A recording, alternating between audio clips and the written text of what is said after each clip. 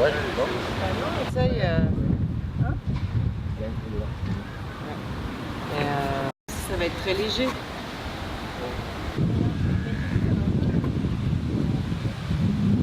Ah, la définitive, bah oui, Tu vois, bien la sûr, définitive, il faudra qu'on règle parce que.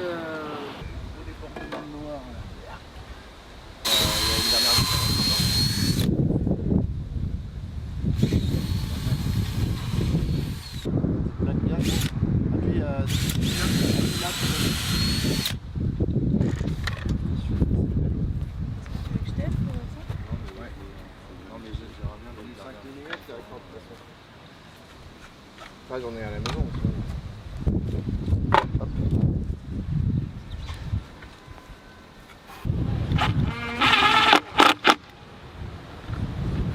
Eh bien, Artichaut, c'est un collectif qu'on a fondé avec 5 copains suite à nos études qu'on a fait en diplôme supérieur d'art appliqué en design d'espace, dont la spécialité était les alternatives urbaines.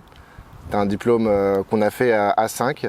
Et à l'issue de ce diplôme, on s'est dit qu'on voulait pouvoir réaliser nos projets dans une réalité, quoi. C'est le lien entre les artisans et les designers. On a une démarche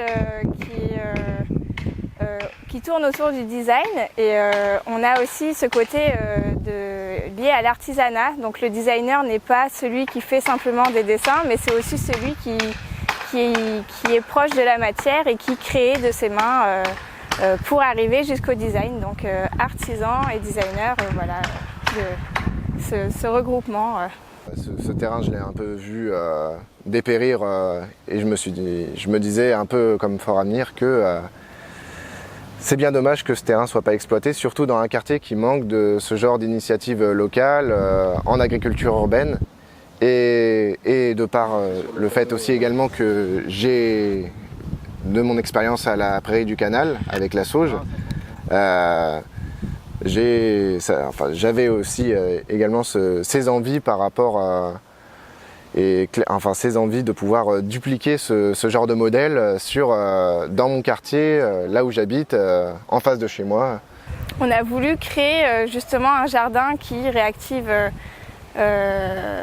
le jardin dans une cité et de proposer aux habitants du coup de créer un espace d'agriculture urbaine où ils puissent venir se rencontrer tous ensemble, créer du lien social, à la fois cultiver des végétaux, des herbes aromatiques. Et du coup, ce qui est important pour nous aussi, c'est que c'est ce côté local.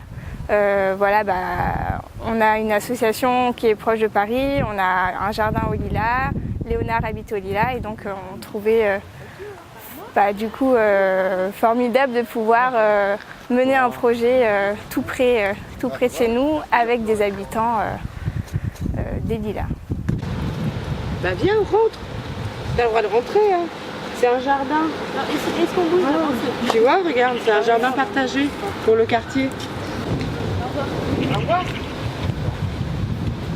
Parce qu'ils étaient intervenus sur un autre espace à Bobigny qui s'appelle la Prairie de Bobigny, avec un collectif qui s'appelle La Sauge. Et on avait trouvé ça formidable, enfin tous les projets, toutes les structures qu'ils avaient construites, des serres, avec que du matériel de récupération et ça nous avait beaucoup intéressé dans la démarche.